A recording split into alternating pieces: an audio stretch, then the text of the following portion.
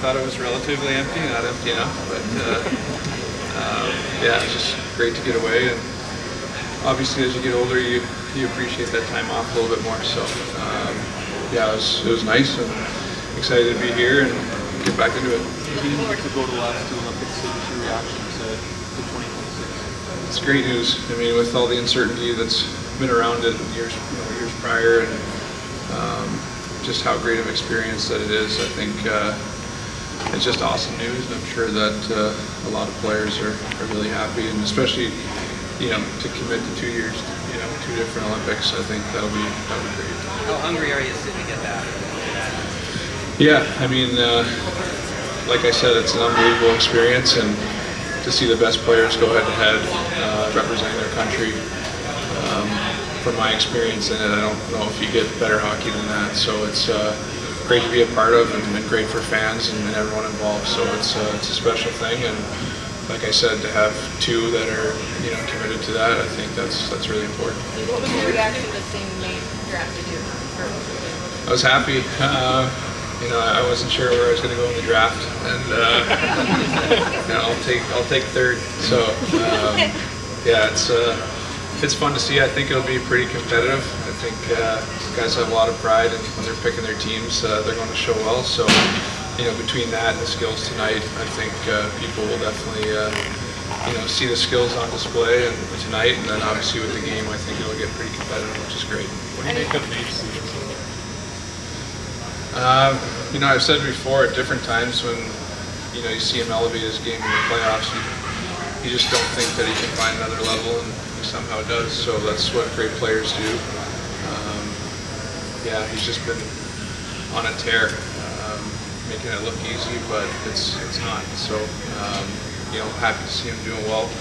Obviously, I see firsthand, in the summers how hard he works and what it means to him. So he's getting rewarded for it. Just go back to the Olympics. Did it feel like when because of COVID, when 2022 didn't happen, did you sort of feel like that was the last chance because of how things feel years? I try not to get caught up in it too much. There's always a lot of talk leading up to it, and you try not to get your hopes up. And obviously, when it didn't happen, you just have to move by it and understand that there's a lot of factors. But I think a lot of players are pretty vocal about the fact that they want to be a part of it, and I hope that going through those times that eventually it would make its way back and it would be possible. So like I said, it's great news, and I think everyone's going to be really happy with the fact that we'll be there soon. LeBron. I'd love to.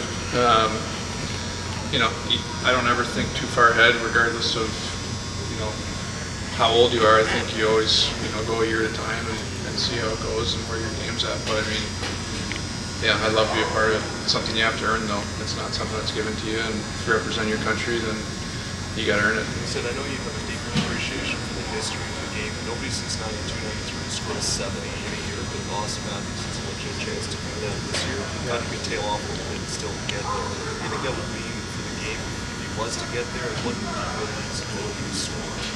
Well, like you said, it hasn't, it's something that's been a long time. So I think, it would say a lot. I think if there's anyone that comes to mind that's capable of doing it, it's him. If you ask any guy who could do that, it's him. So it takes so much, and even pure goal scorers, a number like that, you need some bounces too. You need some things to go your way, but he's more than capable. He's shown it, and I think it'd be great for hockey to see a run like that.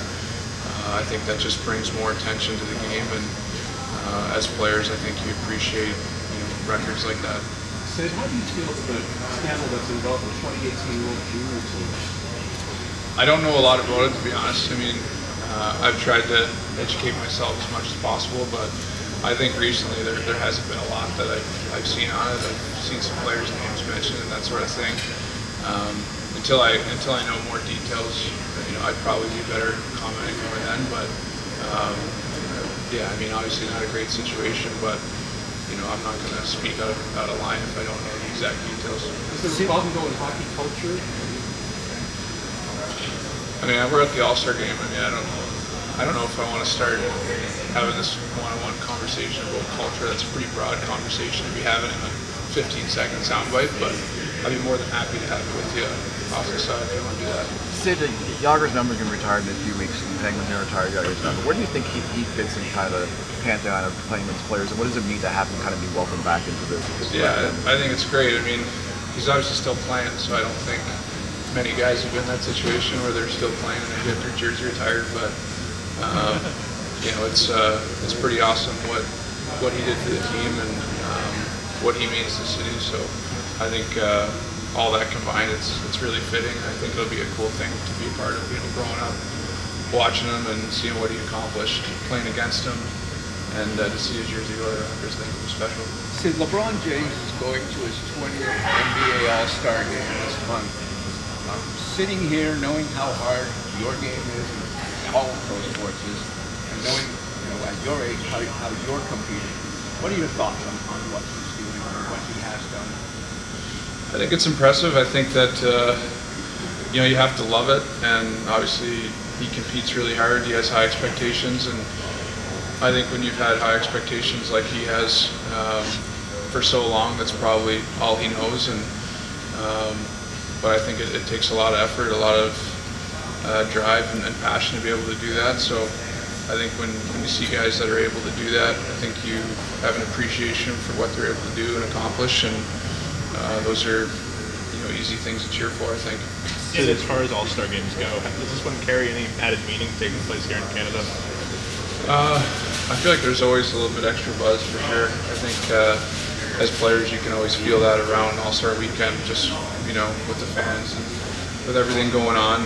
There's a great energy wherever you are, but especially in Canadian City and a place like Toronto that's had so many different things over the years. It's a great hockey town, and I think that people really get behind it and feel that for sure. Sid, there's been a big Vancouver representation at the All-Star Game this year. What do you make of sort of the work that Rutherford and Tocchet have done, given your history? Yeah, I've done a great job. I mean, I don't know what people before the year, whether they would have been predicting where they'd be at in the seasons that some of the guys have had up to this point. I think that's a credit to the players, obviously, but also to the people around them. And I think Jim and Toc have done a great job in helping them and their whole staff. So they're playing really well as a team, and individually their players have been performing well. So I think a lot of people deserve credit for that. Sid, what's the longest winning streak you've been part of? When the records go there, that it might break something that hasn't been done in 30 years. Just what are your thoughts on trying to put something like that? Yeah, it's not easy. I think talking about Austin and the goals and things like that, it kind of goes back to that. I mean, you need some bounces, and obviously what they went through early in the year is probably a big reason why they're so hungry and have been able to find their game like that. They were challenged early on and have responded the right way and been able to throw a lot of wins together. It's not easy. The league's so competitive, and anyone can beat anyone. But yeah, I think that's really impressive. I don't know what my longest win streak has been. I'd say it's 14 or 15 around there, maybe. Unbeaten. I don't know if there were overtime losses and things like that, but it was something around that. I want to say 1 year in March we had a good run, something like that. So yeah, and I don't know if it's that in a row, but that's quite the streak, and for anyone that's been a part of that, that's fun to be part of it. This is the last question for Sid. What do you see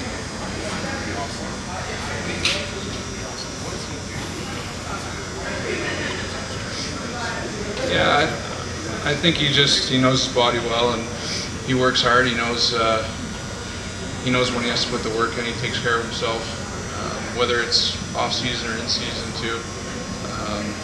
Yeah, I think every year he's learning more and more, and he's getting better because of it. He doesn't rest on the fact that he had a good season the year prior, or the year when they won the Stanley Cup.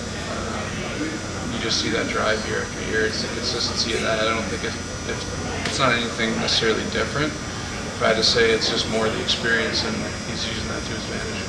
Thanks. Thank you.